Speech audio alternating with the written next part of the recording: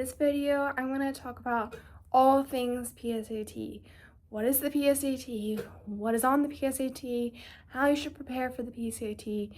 All those types of things. So let's go ahead and jump in since we have so much material to cover. So first off, there's several different types of PSAT. The PSAT is the preliminary SAT, which is a test that students will take to use to get into the college of their dreams. The better their score, the more likely they are to get in. Some colleges are test optional, but a lot of students take the SAT or the ACT, which is basically the sister exam, at least once. The PSAT allows students to begin preparing for the SAT without actually taking it officially and having to send their scores to colleges. Students could begin taking the PSAT as early as 8th grade. There's an exam specifically for these younger students who might not have mastered material that typically juniors and seniors are going to be more comfortable with.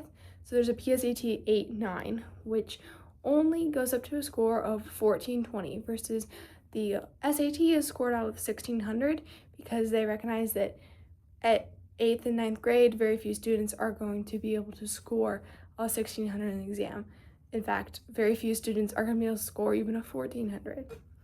There's a PSAT 10, which students will typically take in 10th or 11th grade in the spring.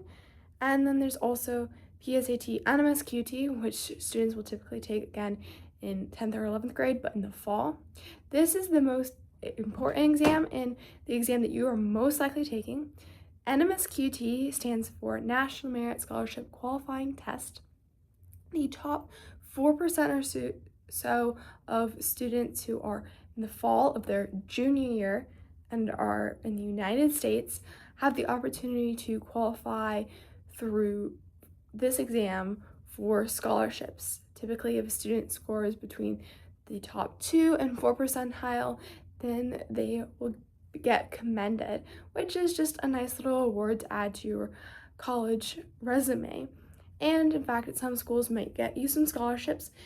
If you score in the top 1 percentile, then you'll become a National Merit semifinalist, which in itself may get you full tuition at certain schools.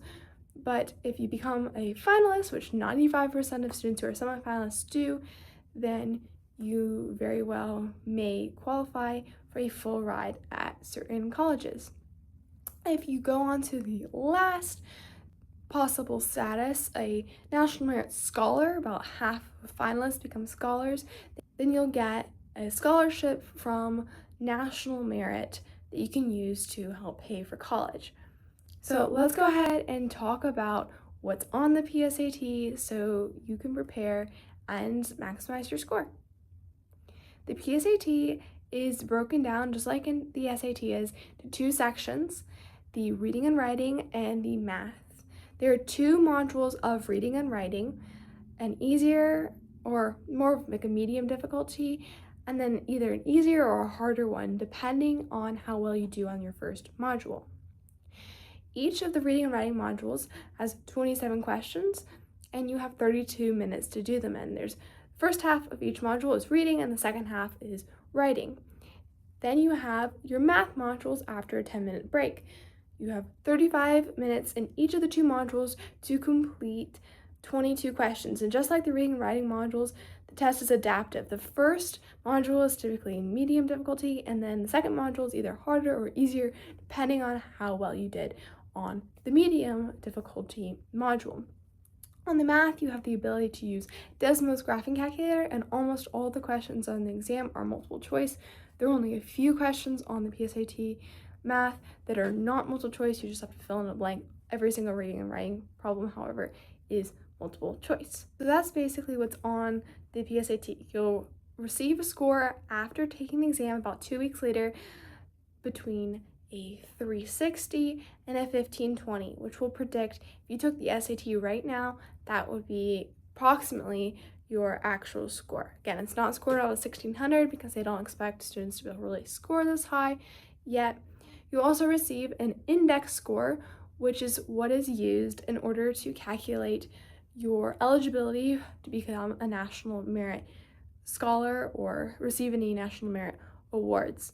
You have to have an index score in the top 1% in your state in order to continue on in the process. Your index score is calculated by multiplying your English by 2, adding your math, and dividing by 10. For example, the current index score in North Carolina is a 220, or at least that was what it was for the class of 2026. I took the exam last year in 2025. I'm part of the class of 2026 next year. I scored a 1500.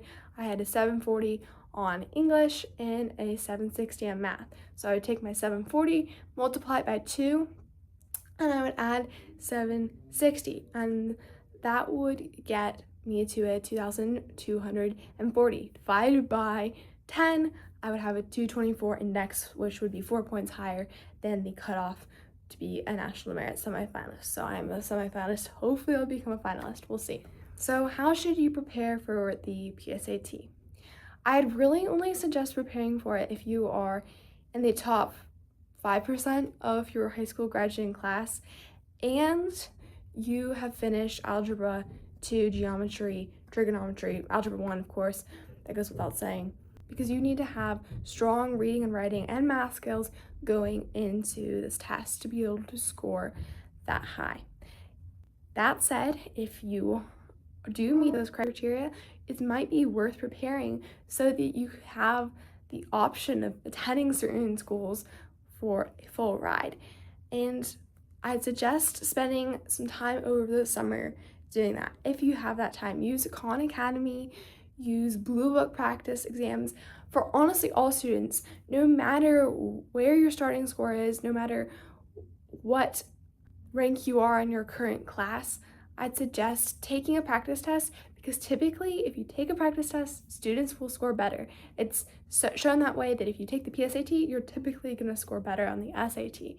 So it's worth just go ahead and doing that to give yourself maybe a 30 to 50 point score boost. So hopefully that helps you decide whether you should study or not.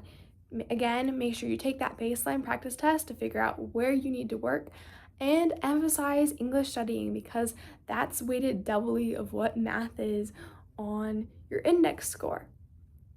You can check out some of my other SAT videos to help you be able to improve your score because the SAT videos really carry right over to the PSAT.